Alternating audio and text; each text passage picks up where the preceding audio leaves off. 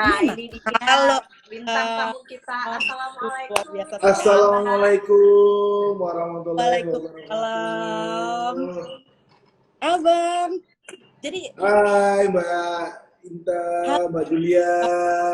Halo ke Bang Safa. kita dari Solo Speaking. Iya, Julia dari alumni Soul of Speaking juga. Apa kabarnya Bang Fafa? Sehat? Alhamdulillah baik, dari Polresta Samarinda, Satuan Sat Siap, Narkoba Polresta Samarinda.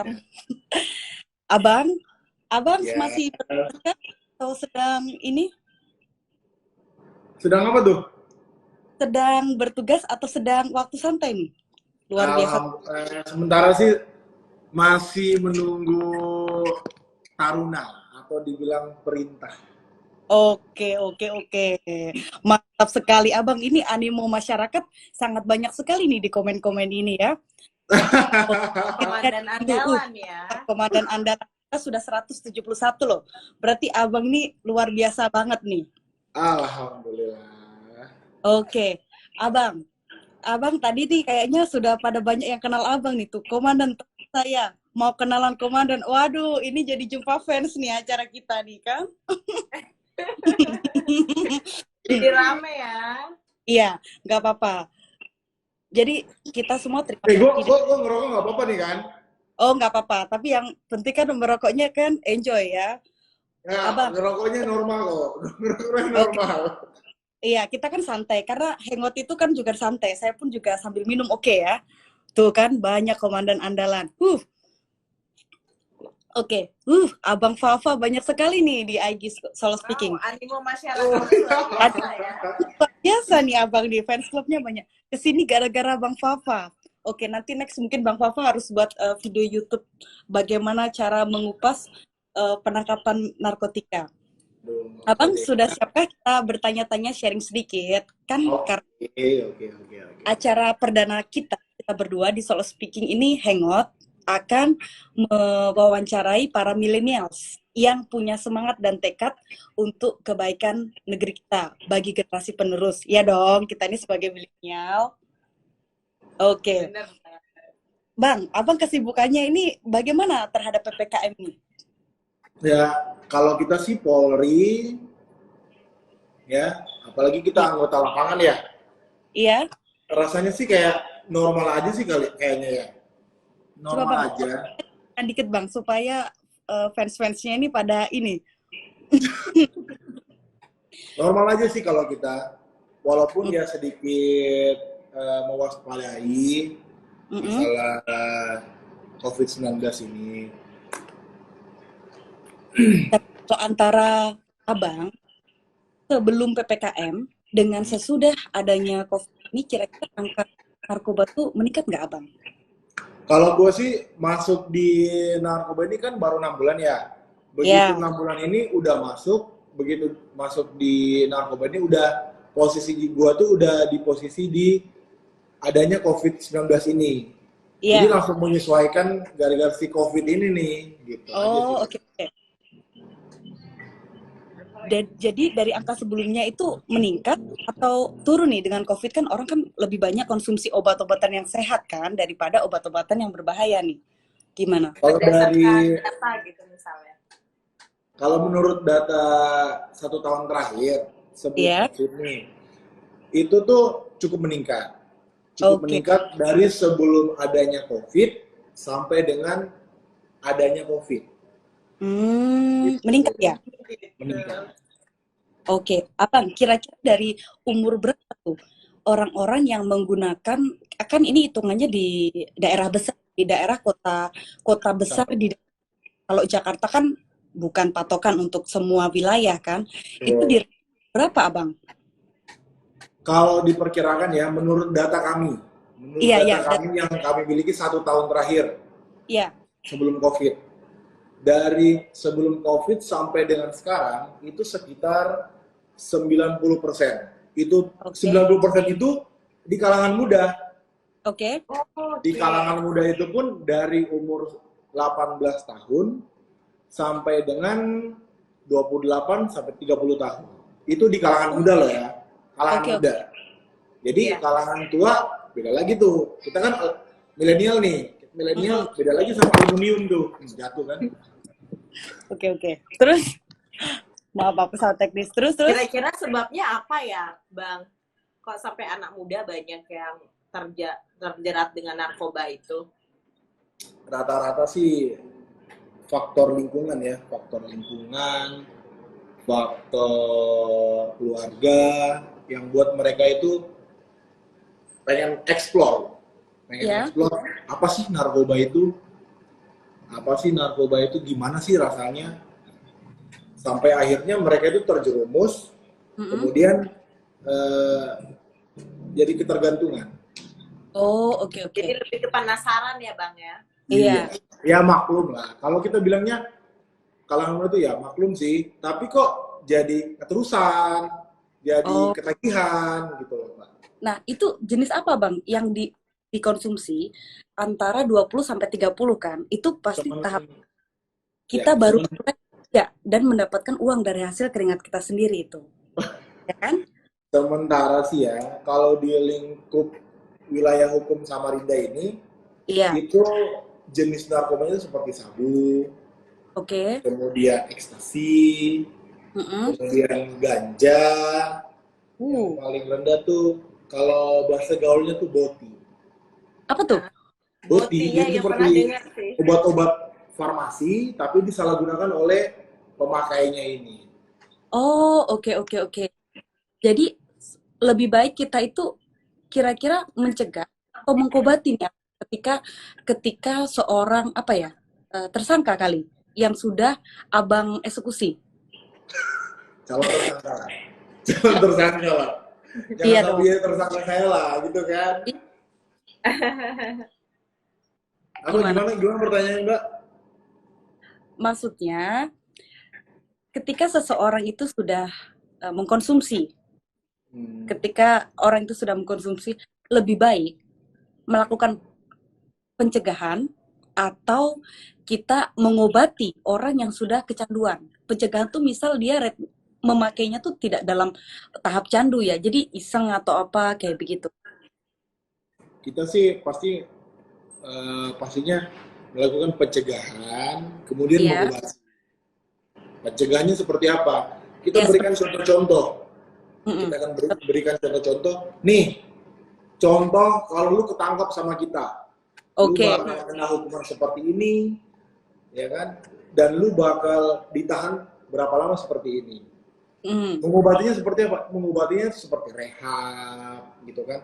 Panduan keluarga, kemudian wajib lapor kepada kami. Ditanya. Kita juga ada namanya konsultasi sama anggota dari Reskoba. Bagaimana perkembangan setelah kamu direhab? Bagaimana perkembangan setelah berapa bulan kamu direhab? Itu pasti kami panggil mereka. Bagaimana pergaulan kamu? Bagaimana keluarga kamu? Bagaimana perhatian keluarga kalian? Oh, baik aja Pak, baik aja. Tapi kalau ada dari negatif dari korban kita ini, pasti kita juga panggil dari keluarganya, Pak, tolong diperhatikan lagi, ya kan? Anaknya, jadi harus selalu dikontrol. Gimana Mbak Julia? Harus selalu dikontrol ya Kak ya? Dikontrol, tentunya pasti dikontrol. Dari pihak keluarga, dari pihak kepolisian, pasti kita kontrol. Oh begitu. Jadi berarti pendidikan keluarga ataupun pola asuh di lingkungan keluarga itu menjadi penentu ya gimana pergaulan kita kan Abang. Begitu. Tentu. Jadi kira-kira pergaulan seperti apa ataupun pendidikan internal seperti apa yang perlu kita tanamkan nih bagi misal kan kalau kita mau kuliah tuh kan orang mau merantau keluar kota ataupun dulu yang tinggal di desa dia mau ke Jakarta begitu. Nah itu apa saja yang mesti harus ditanamkan? Ini kan banyak para milenial nih yang hadir nih, luar biasa sekali. Coba Abang bisa share. Gue nih merasa sebagai perantau nih. Iya, perantau. Gue di mana, asli gue di mana, dinas gue di mana nih. Oke. Orang tua gue aja sampai saat ini masih sering nelpon. Nanya kabar. Ya, nanya lagi ngapain gitu kan. Dan gue sebagai anak juga menghargai perhatian orang tua saya dong. Iya Pak, iya Ma, gitu kan. Papa lagi gini, Papa lagi sama ini. Itu suatu kebanggaan lah buat saya. Iya benar banget. Seharusnya orang tua tuh bisa kayak gitu, memperhatikan anaknya, keluarganya, gitu kan. Nanya dia lagi di mana, lagi ngapain, sedang sama siapa. Itu pasti cukup ngefek lah buat si anak ini. Si anak untuk ini. Kalangan milenial ya, kalangan milenial nih. Kan, kamu di mana, dengan siapa, dan sedang apa? Kok jadi lagi kayak lagu nih? Iya. Oh, begitu. Tapi bukankah komunikasi dari keluarga itu kan penting?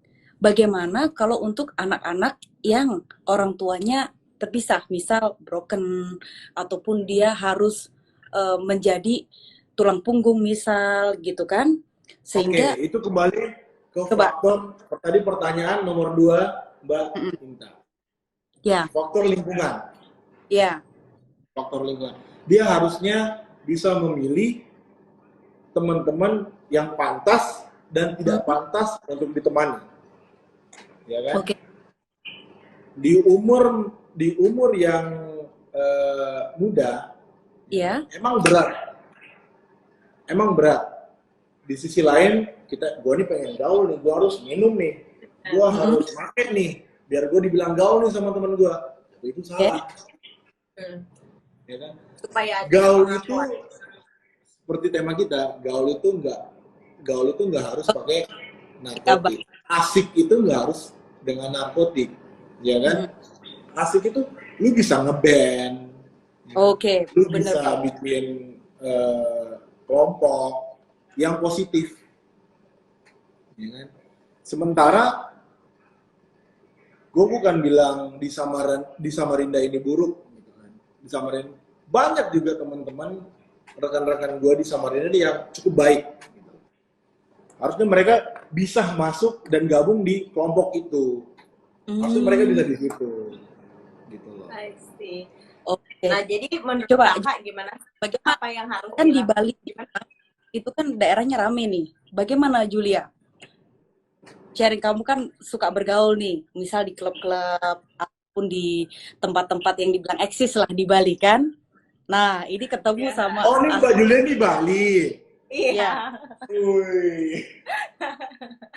Ya, jadi aku pengen tanya sih ke Bang Fafa, menurut Abang gimana sih caranya, misalnya kita sudah terlanjur nih, ada di lingkungan yang memang teman-temannya itu pengguna misalnya.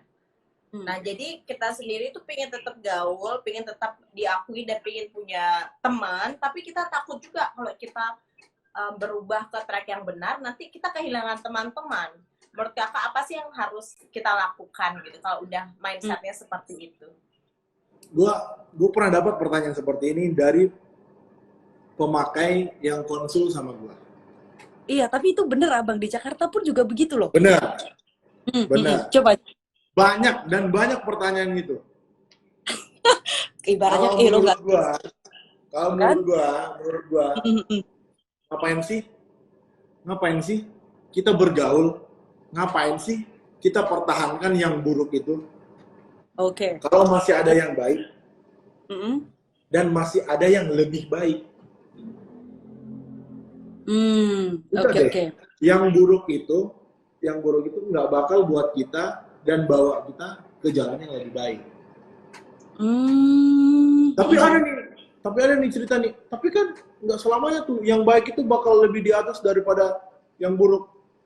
Lebih baik jadi mantan ustadz daripada mantan orang nakal. Lebih baik nggak usah nakal. Oh, oke. Oh, gitu. Jadi harus tetap ada di track yang benar ya, yang nggak nakal, selalu baik. Berarti Bapak sangat menginspirasi ya. Kalau gua sih ya mungkin baik sih, gue juga nggak terlalu baik lah. Emang gue nggak sentuh narkoba. Gue minum santai, itu pun minum santai buat sekedar sosial, ngobrol, berarti ya, hangout gitu kan. Dan itu pun nggak sampai dengan over. Kita minum tuh hanya dengan buat ngobrol. Oke. Makin naik tuh makin.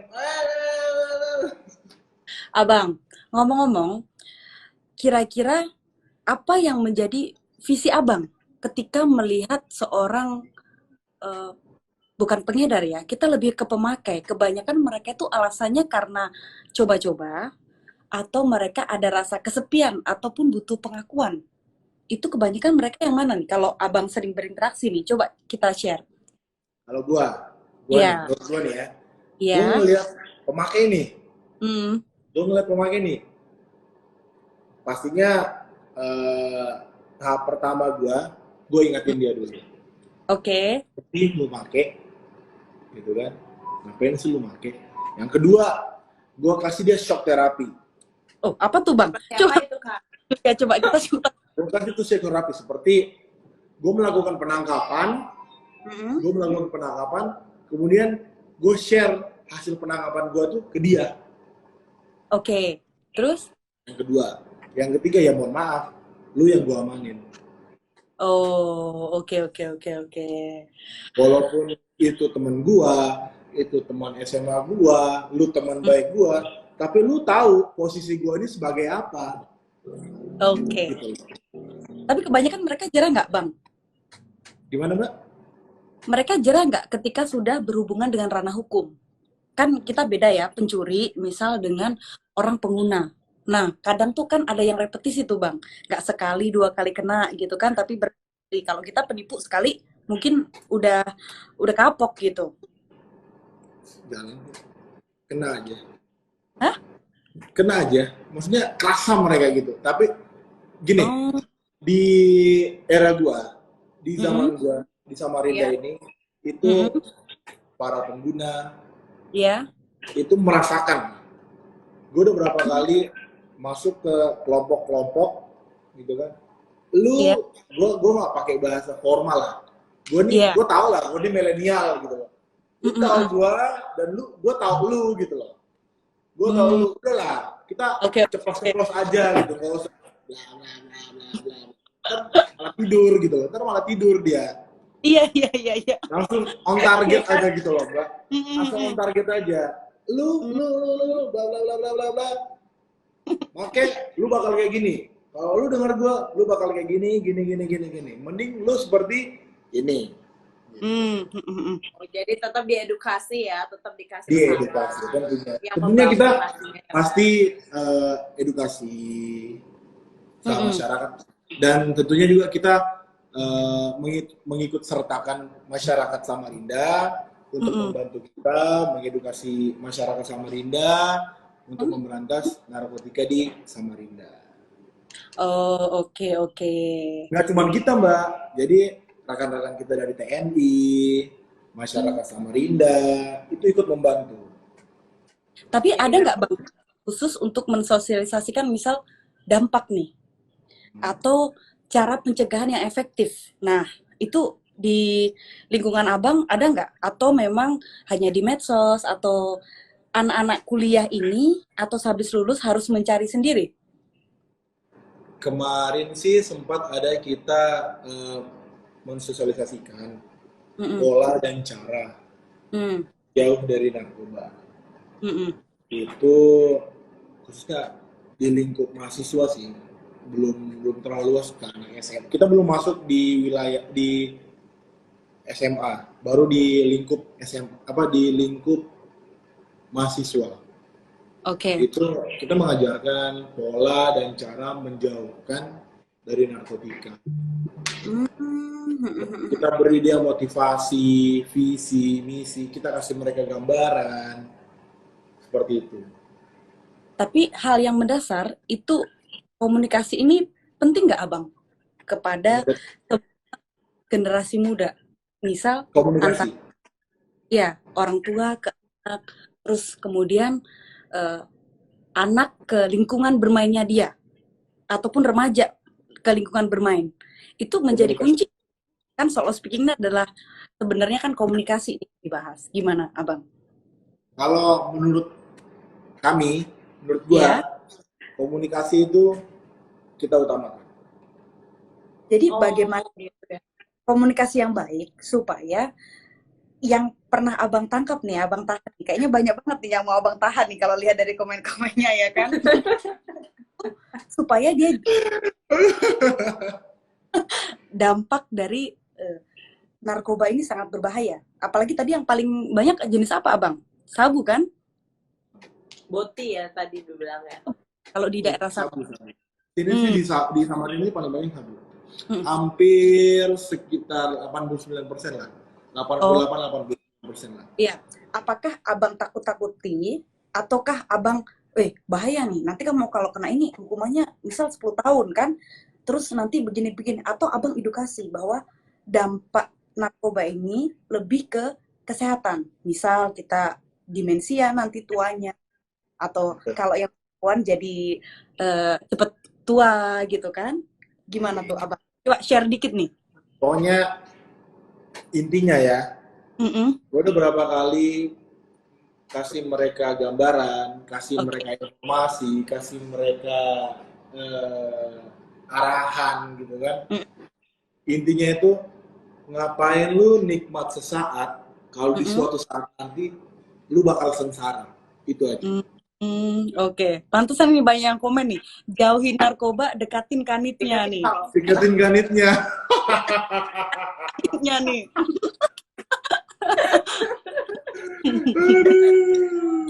Abang. Aduh, ngeri jauhin aku, waduh luar biasa nih. Abang keren. Kasih paham dulu ya kak ya. Iya, kasih ilham. Pasti ya. Para millennials ini kan, kita kasih ilham. Memang Bang Fafa ini seperti candu katanya kan.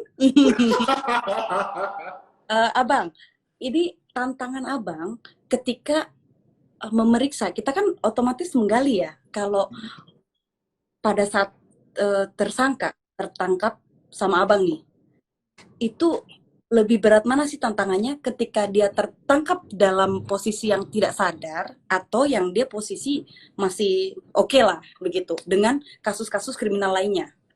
Oke.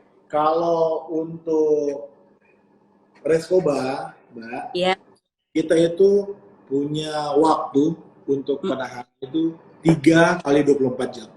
Oke. Terus?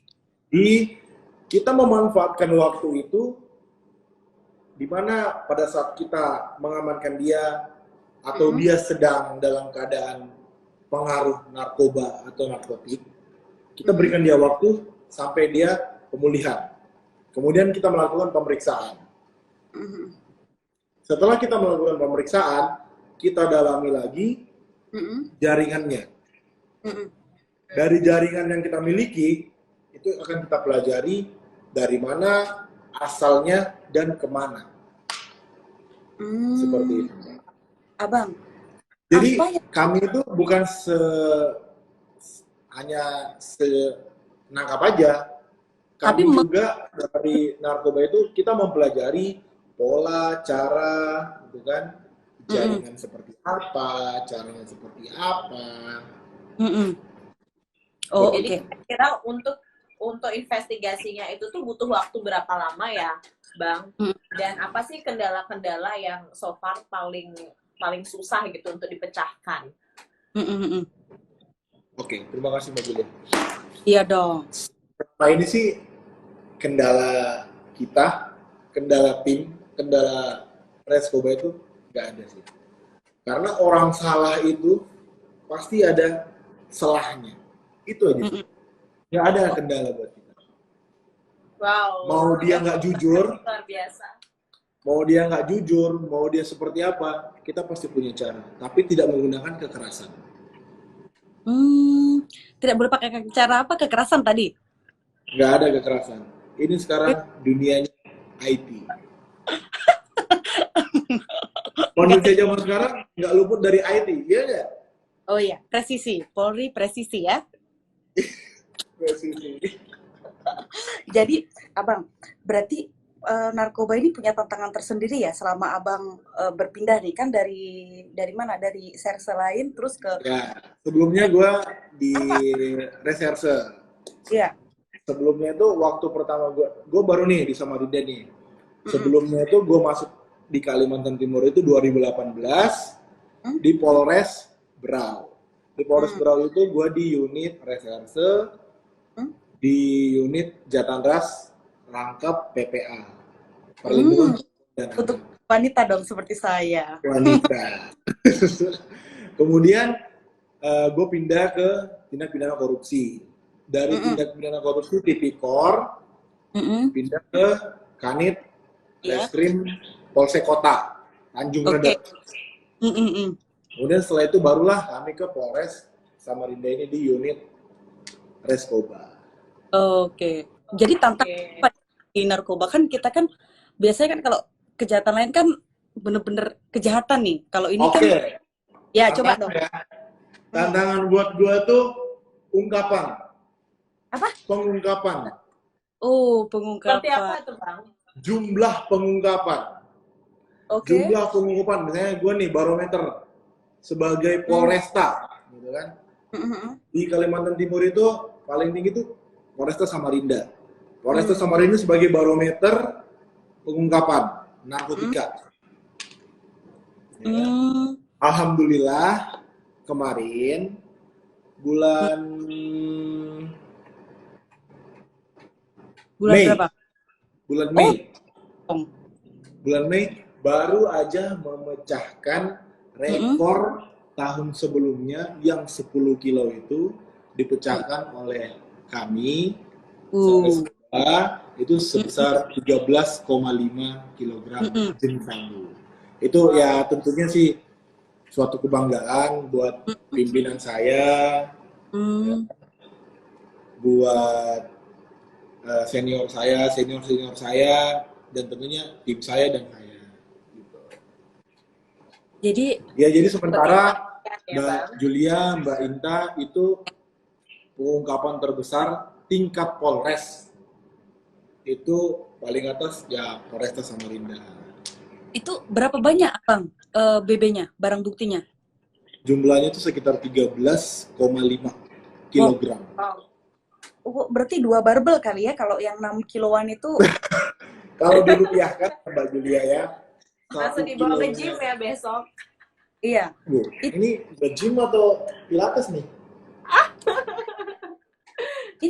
Kalau dirupiahkan nih, Mbak Inta sama Julia, itu sekitar 1 kilonya itu sekitar 1 miliar. Wow. Kemudian dijumlahkan 13,5. Ya sekitar 13,5 M lah. Lumayan. Kalau kita sih nggak mikir jumlah rupiahnya, tapi efek dan dampaknya kalau itu tersebar dan teredar di lingkup Polresta Samarinda. Oh, btw Bang, berarti bener dong ya? Kalau saya kan baca di mana? Di itu tagline lah, narkoba perusak generasi bangsa. Ya kan?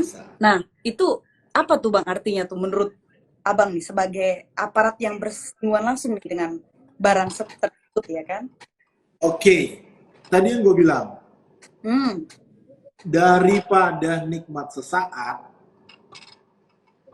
ya kan? Daripada nikmat sesaat, tapi sengsara di depan, ya kan? Udah banyak contoh. Ada salah satu tetangga dari anggota kami itu yang meninggal.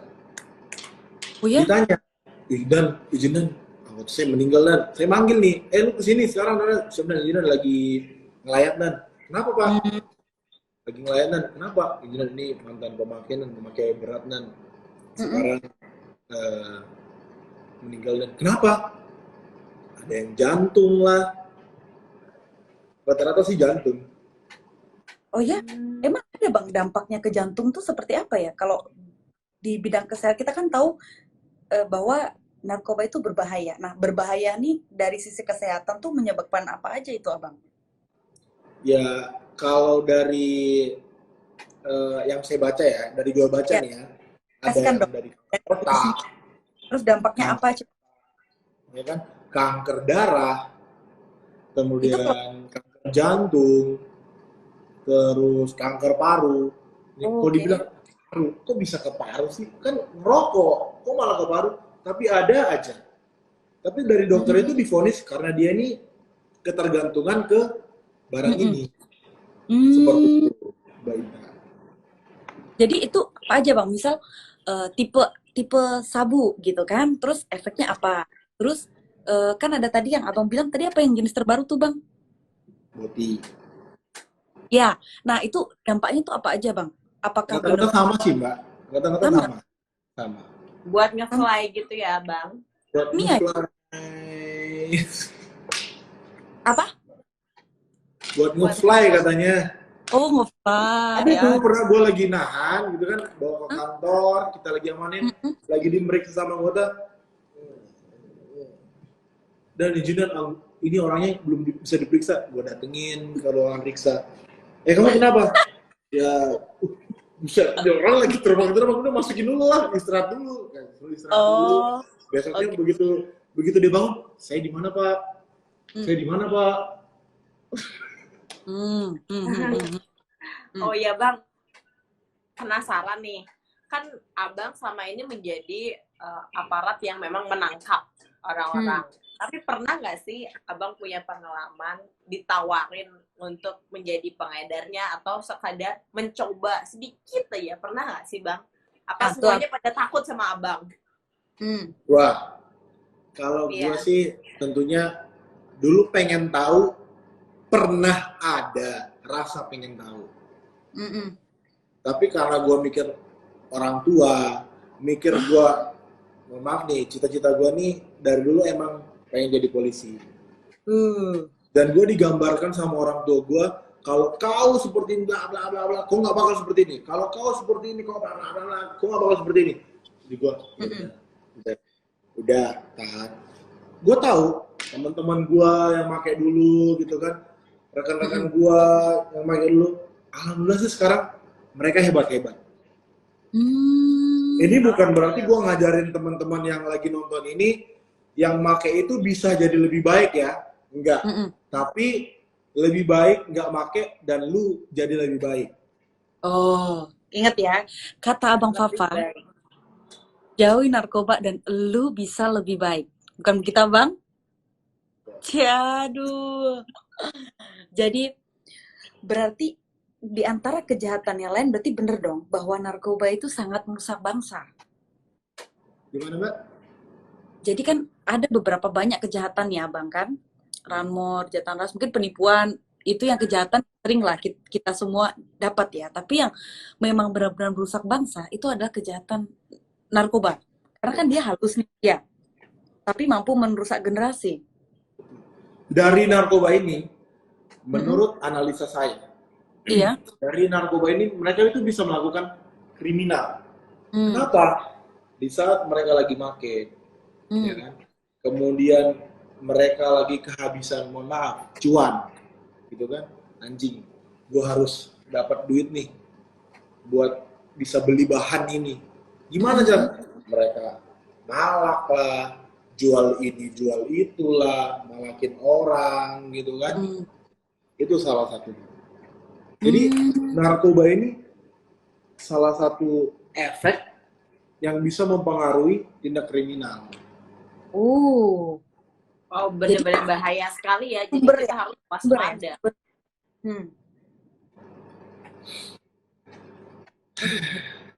Tapi kira-kira di kota besar seperti Abang nih kan Samarinda, saya di Jakarta dan Julia di Denpasar. Kira-kira itu sumber besar pengedaran barang narkoba atau di kota-kota kecil Abang? Selain kita coba kan kita lagi. Saya di Jakarta, Abang di Samarinda, Julia di Denpasar. Itu kan kota-kota besar di Indonesia. Kira-kira apakah benar kota besar ataupun kota-kota kecil yang menjadi banyak peredaran besar narkotika nih Abang? Menurut analisa Abang?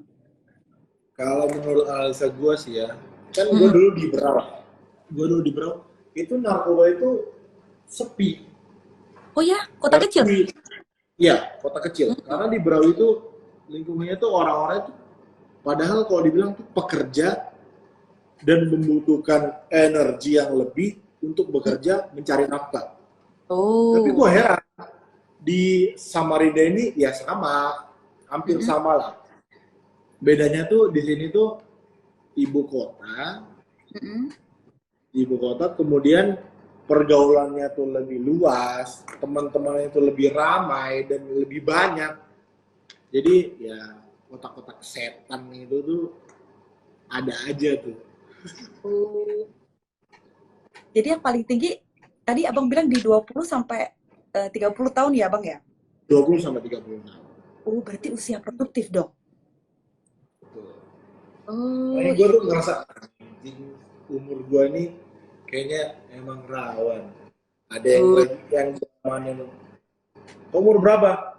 25. Hah? Umur gua dong. Oh, jadi Abang umur 25 ya, teman-teman. 26. Sekarang 26. Oh, 26. Berarti sesuai bahwa narkoba tuh merusak generasi bangsa, apalagi umur-umur 20 sampai 30. Berarti kalau 30 ke atas sampai 40 masuknya ini, pengedar. Maksudnya aluminium. Kita kan milenial, yang lain aluminium. Oh, iya benar. Kalau aluminium jadi apa, Bang? Jadi pengedar. Kalau pengedar sih menurut data kita sih itu rata-rata tuh umurnya tuh sekitar 43, 40 up lah. Jadi yang lebih dewasa ya. Banyaklah beberapa jaringan yang sudah kita selesaikan, kita eksekusi sampai dengan atasnya ya, sampai dengan jaringan-jaringan di bawahnya itu selesai. Jadi mulai dari kepala, kemudian leher, ke badan, sampai dengan kaki dan jari-jarinya itu udah kita selesaikan. Berarti oh ya Bang, gimana Kak? Ya silakan Julia. Oh ya Bang, kan Abang ini dalam pekerjaan ini kan cukup banyak ya aktivitasnya dan pastinya melelahkan dong. Nah, jadi caranya Abang gimana sih yang Abang lakukan gitu untuk recharge atau self healing? Apalagi aktivitasnya berat dan kita kan dituntut untuk ya harus bersih dari narkoba, harus berada di track yang benar. Caranya Abang gimana sih? Boleh bagi ke teman-teman di rumah? Oke. Cara gue, tentunya sih yang pertama tuh suplemen vitamin. Oh. Yang pertama. Kemudian yang kedua tuh olahraga, walaupun hanya sedikit atau singkat. Berarti yang ketiga itu support dari orang-orang sekitar kita. Gua ngelihat anggota gua yang udah lebih tua daripada gua itu semangat melihat mereka tuh, ayo Nan kita kerja Nan, itu udah kayak ini aja yang lebih tua daripada gua tuh semangat, masa gua enggak. Itu yang pertama. Yang kedua orang tua. Kakak apa kabar? Sehat apa enggak, gimana pekerjaannya, itu ya maaf apalagi kayak gini, walaupun itu singkat lah ya, itu singkat karena mohon maaf Mbak Julia, Mbak Inta, setiap orang tua saya nelpon, orang tua saya nanya kabar saya, itu posisinya selalu dalam kegiatan. Ya udah Mbak, ya mak, ntar dulu mah ya, apa lagi ada kegiatan, oh iya Kak, tapi gua angkat, itu orang tua gua. Mau kayak gimana tuh gua angkat, itu orang tua gua. Kemudian yang ketiga tuh orang terdekat dari kita. Iya. Wah, siapa tuh? Pasti ditunggu teman-teman. Ada. Kemudian yang berikutnya tuh harapan ya, mohon maaf, kita itu kan dari alumni, dari Akpol, ikatan alumni itu sangat kuat. Harapan-harapan senior, harapan-harapan junior yang diberikan ke kita, diberikan ke unit kita, ke tim saya, itu jadi beban. Gimana caranya gue nih bisa banggain mereka, banggain keluarga gue, unit gue, kemudian keluarga gue. Gimana caranya? Caranya kayak gimana? Ngungkap. kalau direktur gue bilang, ya, direktur gue bilang, kalau kata Jokowi bilang kerja, kerja, kerja. Kalau kita direktur narkoba, tangkap, tangkap, dan tangkap. Ya, ingat ya, ini para komen-komen di sini jangan patah hati, ya kan? Jadi orang terdekat itu masih ada kok harapan-harapan dari yang komen-komen ini, Abang. Langsung pada kecewa loh. Aduh. Orang terdekat kan siapa aja tuh? Tetangga gua. Orang terdekat. Ayo kerja gua, gitu kan. Ya tentunya sih yang paling melekat, gitu kan. Yang ada dalam perasaan gua lah. Gitu. Tuh, bisa sahabat kan? Bisa kakak asuh gitu kan? Orang terdekat tuh kan bisa sahabat, bisa kakak asuh, bisa juga kakak asuh.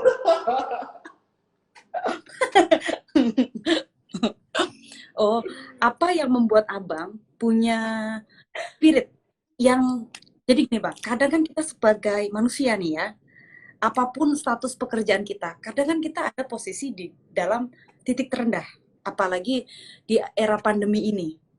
Kan tidak selalu kita berjalan mulus misal. Dulu yang biasanya kita aktivitas padat sekali, sekarang di kota besar harus dibatasi, sangat dibatasi. Nah, terus sekarang bagaimana Abang caranya mengatasi itu semua? Ya, tentunya sih, kalau mau dibilang sedih sih sedih. Sedih sih sedih. Gua nggak bisa lebaran sama keluarga gua nggak bisa lebaran sama adik-adik gua, gitu kan. Tapi kembali lagi, sumpah dan janji gua pada saat gua janji pada saat Prasasti Perwira kemarin di Istana Merdeka di depan Jokowi, ya kan, presiden kita. Komitmen itu yang selalu ya. gue tekanin. Gua ini bukan anak mama dan gua bukan anak bapak lagi. Gue ini putra negara, ya kan, dan gue harus fokus sama pekerjaan gue. Di posisi gue sekarang, ya kan, yang masih muda, mau dibilang masih muda lah, ya kan. Iya, masih makanya muda. Kan Abang bilang dong. Masih muda ini, gimana caranya gue tuh mengeksplor dan mengembangkan apa yang gue milikin dan apa yang gue bisa. Gue nggak mau di saat gue nanti senior, di saat gue nanti tua, gue cuma bisa perintah. Kalau nanti di saat posisi di saat gue ada di masa di posisi itu, gitu kan, senior, tingkat senior itu, gue merintahin mereka dan mereka bohong, gue bakal tahu. Karena gue pernah di posisi itu. Dan gue ini Mbak Julia, Mbak Ita ini orangnya nggak bisa diem. Nggak bisa seperti kayak gini. Di ruangan itu nggak bisa gue. Gue pasti turun. Dan gue pasti cek anggota gue. Walaupun gue perintahin anggota, lu tangkap, siap dan. Gue nggak ngasih tahu kalau gue bakal ke situ. Dan pasti gue akan ke situ, mana hasilnya? Sedang ini. Lu harusnya seperti ini. Kita tuh pimpinan itu nggak cuman bisa kita itu pimpinan nggak cuman harus bisa merintah. Kita harus bisa ngarahin mereka, berikan mereka cara bertindak seperti apa dan hasilnya yang diharapkan seperti apa. Oke. Kira-kira dulu waktu sebelum Abang di posisi sekarang itu atas kemauan Abang sendiri atau memang dorongan tua atau memang punya tokoh idola nih Abang? Coba Abang share dong supaya nggak jadi hari patah hati nasional kata-kata ke para komen-komen di sini. Para netizen nih. Iya, netizen. Ya, tentunya sih kan mohon maaf. Gue datang dari keluarga Polri. Jadi orang tua gue tuh Polri. Gue udah dapat gambaran gimana polisi itu di saat orang tua gue itu di masa itu. Oke. Terus? Gimana caranya gue ini mengemas Polri itu di masa saat ini. Gue nggak mau Polri itu bakal monoton. Oh, okay. Banyak lah senior-senior saya itu yang hebat, luar biasa, dan cukup membanggakan buat jadi contoh gue kan. Buat jadi contoh, wah senior gue nih, gue harus kayak dia nih. Gue harus kayak dia nih. Keren banget dia nih. Itu banyak senior gue. Nggak cuma 1-2 orang, tapi puluhan senior gue yang hebat. Jadi, dari beberapa senior gue itu, gue ngambil sisi positifnya. Di mana yang bisa gue ambil, di mana yang gue bisa pelajari, dan gue kemas jadi satu formula nih gitu ceritanya. Gitu, Mbak. Oh, itu berarti tips abang ya supaya terus terchallenge dalam diri. Kalau tokoh abang siapa nih? Gimana, Mbak? Tokoh idola abang yang membuat abang misal di umur segini pencapaian saya harus begini, terus nanti di sini saya harus begini. Kematangan. Ya tentunya sih barometer gue sih orang tua saya sendiri. Okay. Gue harus lebih daripada orang tua gue. Oh, kalau tokoh idola misal di luar, misal contoh kayak Benjamin Franklin ataupun misal Obama atau siapapun, itu kan tokoh-tokoh internasional lah ya, tokoh yang mendunia. Ada nggak? Atau memang orang tua atau siapa gitu? Tetaplah, saya cinta Indonesia, saya bangga sama Joko Widodo. Presiden pimpinan tertinggi di negeri ini ya. Itu. Berarti abang sangat menghargai ya, sangat menghargai dan juga benar-benar komit. Wow, keren banget sih. Pantas aja banyak yang adore juga sama abang nih. Bukan jadi cuman aku juga membanggakan, tapi saya Pak Presiden itu posisinya itu dalam situasi seperti ini tuh, menghadapi situasi seperti ini tuh cukup luar biasa. Luar biasa dia. Oh, iya. Jadi abang waktu titik nadir nih, ya kan kita kan pernah lah ya mengalami masa-masa di mana kita butuh challenge ataupun motivasi gitu. Pernah nggak bang di posisi begitu? Kira-kira boleh share ke kita? Pernah. Misal kah atau kecewa kah gitu? Pernah, tentunya pasti pernah. Tempat pengaduan saya siapa? Siapa? Tuhan. Bukan senior, bukan tetangga, tapi kembali ke orang tua saya. Saya cerita, saya curhat pada orang tua saya. Kenapa gue curhat sama dia? Dia kan polisi juga, dia kan alumni juga, dan dia pernah di posisi gue gitu. Jadi tinggal kita bertukar pikiran di masa orang tua saya dan di mana di masa sekarang ini, dan hasilnya alhamdulillah sekarang gue bisa sekarang seperti ini. Bisa membanggakan keluarga saya, membanggakan senior saya, membanggakan pimpinan saya, dan tentunya wilayah hukum saya. Mantap sekali. Apalagi posisi abang ini keren loh. Karena narkoba itu tidak pernah jauh dari yang namanya generasi muda abang. Ya kan? Apalagi sekarang narkoba itu seksi.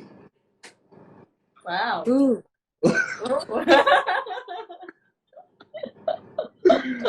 Tapi ini baru beberapa bulan abang enjoy nih di posisi abang, atau lebih gimana sih bang setiap jabatan yang memegang kasus kejahatan tertentu tuh gimana ya? Ya alhamdulillah sih, karena kan gue nih dipercaya sama pimpinan gue nih di unit opsional atau di lapangan. Itu sesuai dengan passion saya lah, passion gue lah.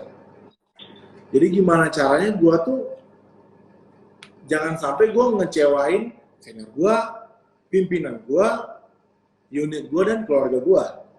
Gimana caranya? Kasih mereka itu Prestasi Abang? Prestasi gue. Prestasi gue tuh bukan cuma gue, ya kan? Pasti tentunya buat wilayah hukum gue, anggota-anggota gue juga turut bangga gitu loh. Senior pimpinan gue nih hebat nih, bisa ngungkap kayak gini nih. Seperti itu, Pak.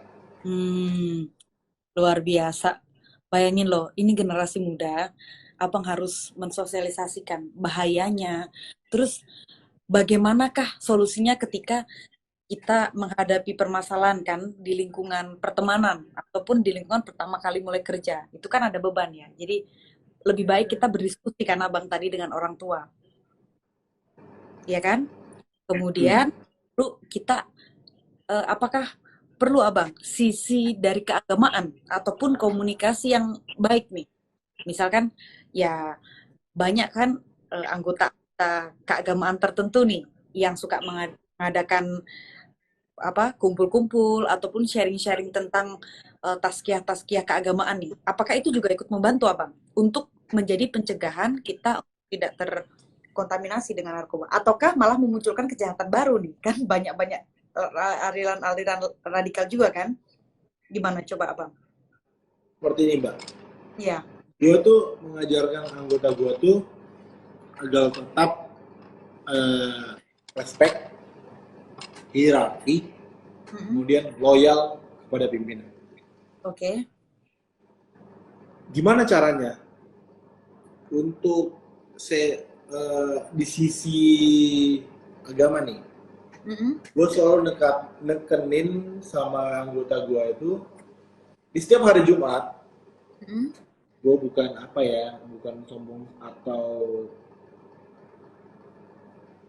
setiap hari Jumat itu anggota gue bawa selalu ke panti. Setiap hari Jumat itu ngasih makan mereka anak yatim. Alhamdulillah dengan datangnya gue di unit ini, ya cuman gue akhirnya yang sadar bahwa anak yatim itu perlu diperhatikan. Dengan adanya seperti itu, mereka itu lebih erat sama keluarga.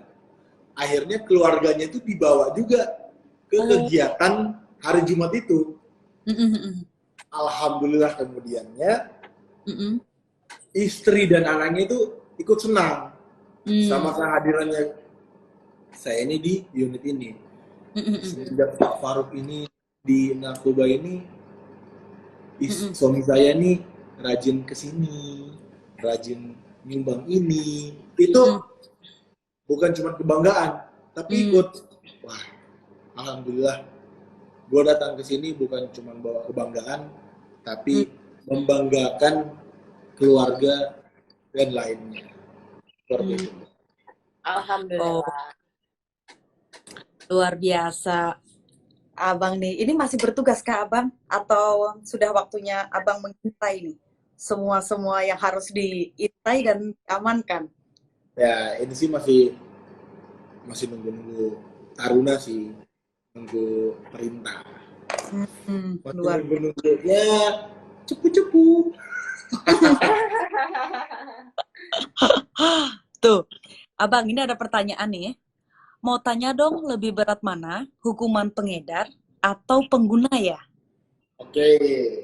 Coba. Tentunya sih hukumannya lebih berat pengedar daripada pengguna. Pengguna kita masih ada tahap rehab. Oke. Tapi untuk pengedar, mohon maaf bos, lu ikut gua. Tapi meskipun pengedar itu juga pengguna, kalau dia menggunakan juga, lu ngedar kek, lu make kek, tapi karena lu ngedar, mohon maaf. Nih, Faruk lu hadapin gua dulu. Tuh, Abang, ini ada pertanyaan lagi nih, Bang. Maaf bertanya, bagaimana cara membedakan antara pengedar dengan pemakai ya, Bang? Tapi mungkin untuk sebelum mereka sampai ke posisi Abang kali, mungkin masih di posisi kita gini ya, di kawan atau apa gitu. Banyak pertanyaan seperti itu. Iya. Pak, dari mana Bapak bisa tahu saya pengedar? Saya ini pemakai, Pak. ya kan? Seperti itu contoh pertanyaannya. Mm-mm. Kita itu tentunya nggak mungkin mengamankan orang tidak berdasarkan laporan dan informasi.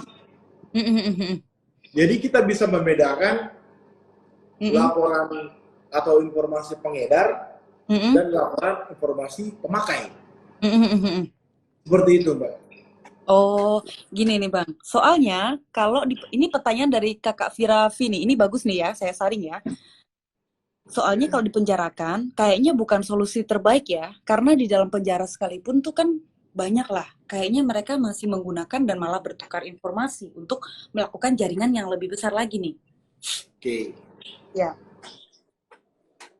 Itu bagaimana Bang? Sebenarnya solusi yang terbaik nih? Kalau dipikir, dianalisa, seorang pengedar,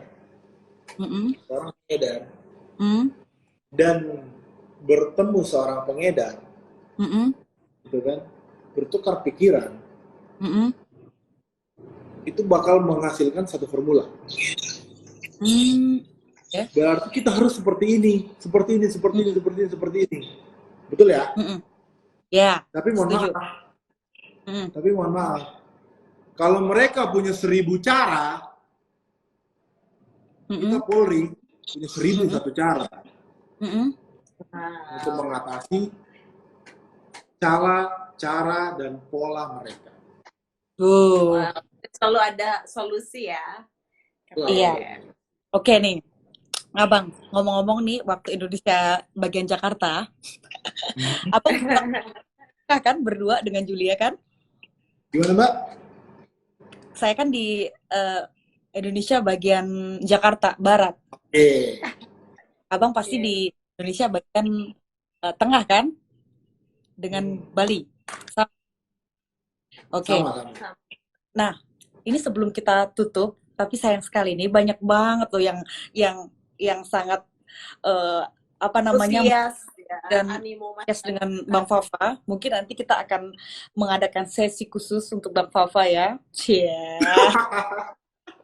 Atau saya mungkin akan trekking kali ke daerah-daerah Bang Fafa kali untuk melihat keindahan alam dari Indonesia.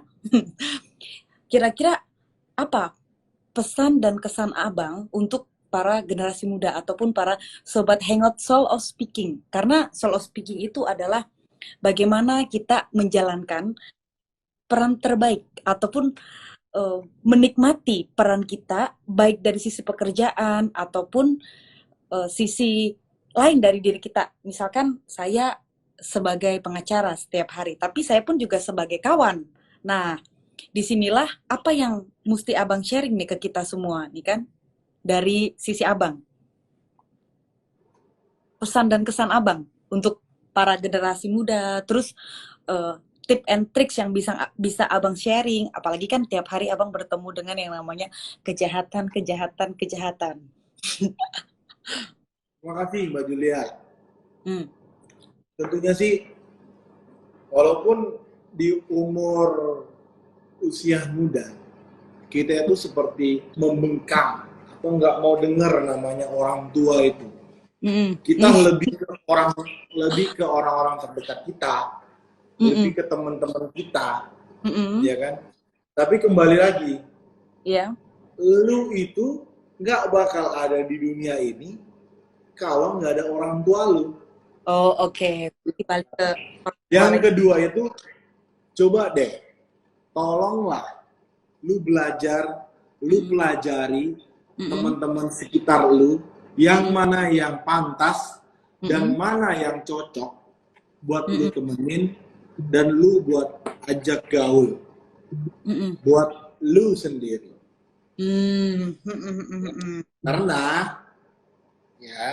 Karena gaul asik itu nggak harus dengan narkotik.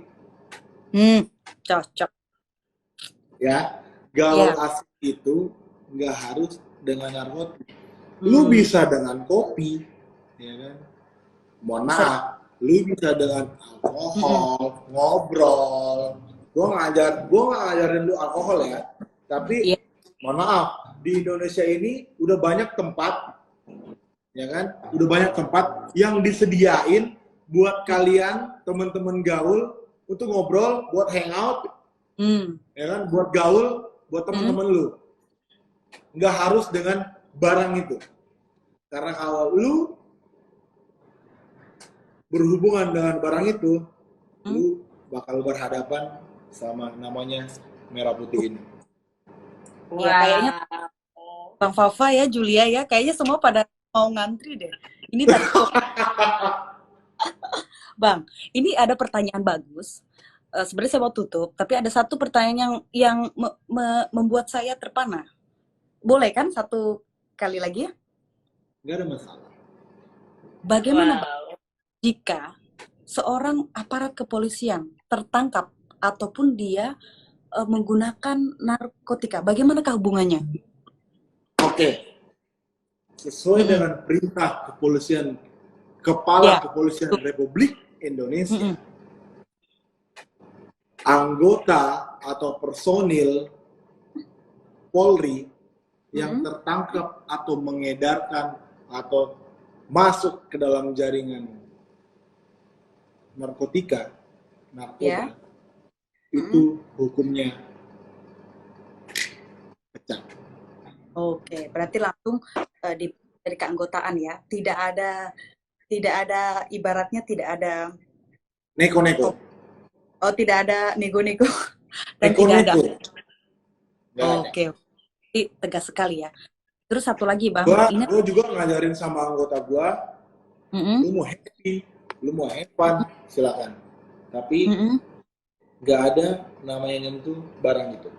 Lu mau mabok sampai muntah-muntah, tidur sana sini, terserah. Yang penting kontrol diri, nggak bikin malu, dan nggak bawa-bawa namanya Polri. Jadi keren banget, terima kasih. Benar-benar, Bang. Narkoba ini kan dari dulu, tapi kenapa masih tetap ada? Apakah narkoba sendiri itu banyak dibuat di dalam negeri atau di luar nih? Ada pertanyaan bagus nih. Nah itu juga saya, dari mana sih mereka itu membuat itu? Kan paling kan kita kalau orang awam taunya kan di Aceh gitu kan, minum kopi ganja gitu. Nah kalau yang ini kebanyakan tuh dari mana Bang? Kira-kira sebagian besarnya? Rata-rata dari data kami, dari analisa kami itu bukan dari Indonesia. Tapi dari pihak luar yang masukkan ke Indonesia. Gue nggak mau nyebut negaranya atau dari mana. Mungkin teman-teman bisa tahu, mungkin teman-teman bisa pelajari sendiri. Dari mana asal barang. Oke, siap. Tentunya gue yakin Indonesia untuk barang sabu-sabu itu bersih. Oke, Abang, ini sudah lebih panjang dari durasi waktu kita. Kami dari tim Hangout Soul of Speaking Indonesia mengucapkan terima kasih untuk kesediaan Abang sudah bergabung. Terima kasih Bang Fafa. Thank you Mbak Julia, thank you Mbak Julia. Dapat ngobrol asik. Iya. Semoga tunggu kita berdua. Hasil Abang. Hangout ini kita ngobrol kita ini ada hasilnya buat teman-teman yang nonton live kita ini. Dan jangan lupa, jangan khawatir. Hangout ini sudah direcord dengan tim Soul of Speaking Indonesia untuk bisa kita tonton di YouTube. Oke? Jadi bagi yang tadi teman-teman ketinggalan ataupun masih rindu dengan senyuman Abang Fafa di YouTube-nya Soul of Speaking TV. Oke, jangan lupa subscribe dong. Jangan lupa subscribe ya. Soul of Speaking jangan lupa TV. Ya, Soul of Speaking and subscribe. Comment, like, subscribe. Karena kita akan perubahan, inovasi untuk membuat Indonesia tangguh dan Indonesia tumbuh demi generasi emas yang berkualitas. Bukan begitu? Indonesia Polri presisi. Tuh, Polri presisi ya kan? Kiranya ikut deh. Baik, terima kasih waktunya Bang Fafa. Terima kasih Bang Fafa. Selamat bertugas. Terus selamat Terima kasih Mbak Julia, terima kasih Mbak Ita. Ya kan? Dadah.